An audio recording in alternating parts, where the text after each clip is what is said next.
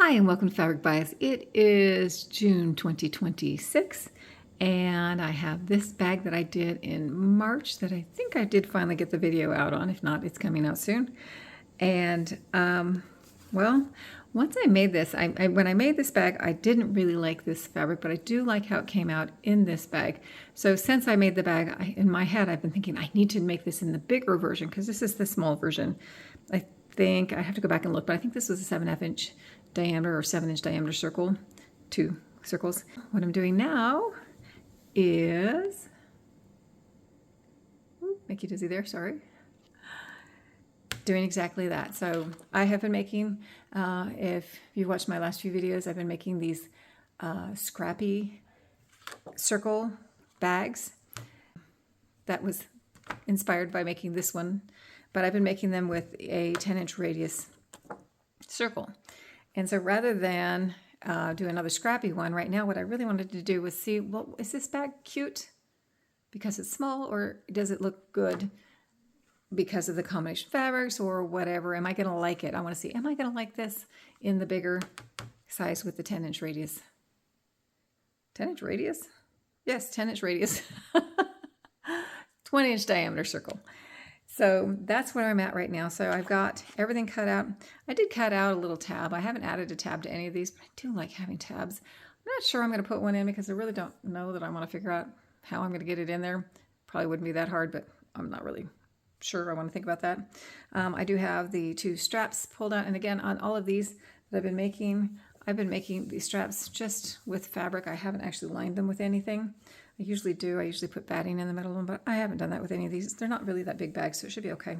And again, just the standard, you know, fold in half, fold into the center, fold back in half again, and press, and then stitch. Oh, these ones are a little bit different. Then you fold it back in reverse, and with the raw edges open there, lined up nicely, you sew each of the ends, and then you sew them, or flip them right back, right side out, and then sew the edge, or sew down the long sides. So I'm going to go ahead and take care of that, and I'm going to go ahead and sew this one. I'm going to leave the edges on these ones raw because if I do use it, I want it tucked inside the fabric. I don't want to sew it on top of anything. Might be a mistake on my part, but I just won't use it if that's the case. So I'm going to sew those real quick. I do have the 2 10-inch radius circles. There's my template that I've been using with my scrappy circle bags. That I've been making based off of this one, based off the video that I linked in the other video, which I'll try to link to this one too. Although I've noticed there's a few videos out on it. But I've got these 2 circles already cut out with the 10-inch radius, and I've already got the interfacing on it, which I'm using fusible fleece. I keep wondering if I could get away with just using it on half, and it is possible, but I'm not going to try it. I do like how it feels, how nice it feels. And I think I'm just going to leave it that way. So that's that. And you can see I had to piece all of this together here. I was at the end of my last roll. This is a second roll. And I was at the very end of the roll. There's that one. Pieced it all together on that using what pieces I had used from previous circle ones, because I try not to waste, although I still have a lot of little pieces here. But I'll use them in other projects. And then I got this one together. This was towards the end of the roll, and I had enough left to do this portion right here, and then I did this little portion right here, and then I used a piece of scrap to cut that off, because that's what I had left on the roll to do. So they're ready to go. I'm going to go ahead and start the stitching process. I won't go through all that with you again because I've already done that in another video, but I'm going to go ahead and start stitching this, and get it going. Stitch, trim, flip, stitch, stitch, stitch. And I'll be back in a flash. Okay, I've done quite a bit of stitching here. Obviously, all the pieces are already built together. I totally forgot about the tab. I dropped it on the floor, I think, and I forgot to pick it up. So it's not going to be stitched inside anything. I also messed up. I stitched this by itself before I put it on here. So I had to go back through and just stitch again as close as I could over the other line right through here to attach it. But that's okay. I did remember to leave openings for the pockets here. And so I'm at the stage where I am going to be putting, this is the exterior, I'm going to be putting the handles on. I've got them clipped and measured into place. I'm going to be putting them on. and then sewing up the sides and boxing the corners. And then I just have to hand stitch it and it should be done. So pretty quick bag. This bag is actually a really quick sew if you're not patching it together.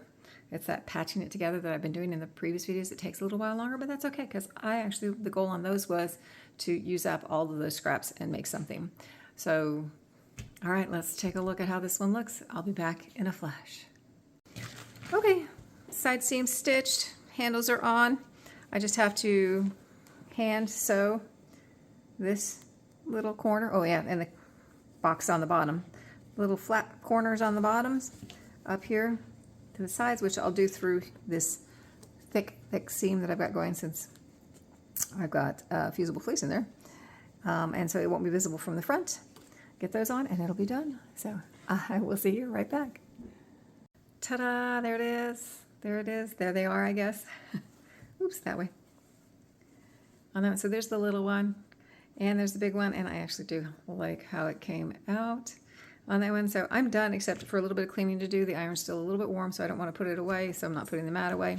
And then of course I want to film on this one, so I'm not putting that away, but otherwise done on that one. I do actually like how it came out. I still think it's cute.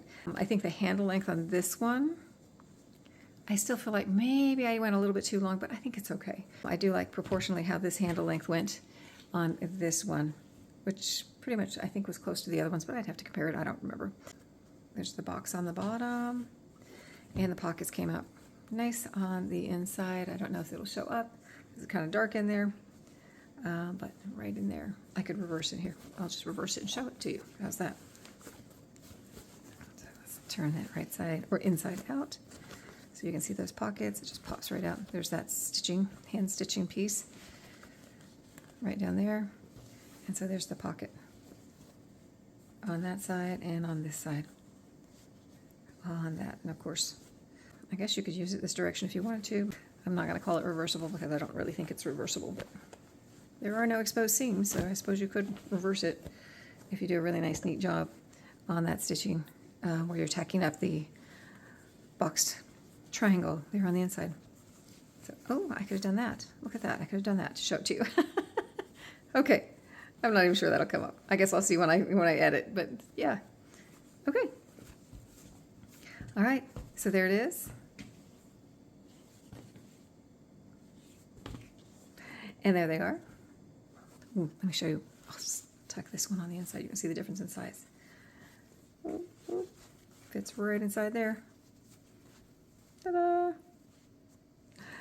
I hope you like it, and I hope that wherever and whenever you're at, you're having a great time, and thanks for watching.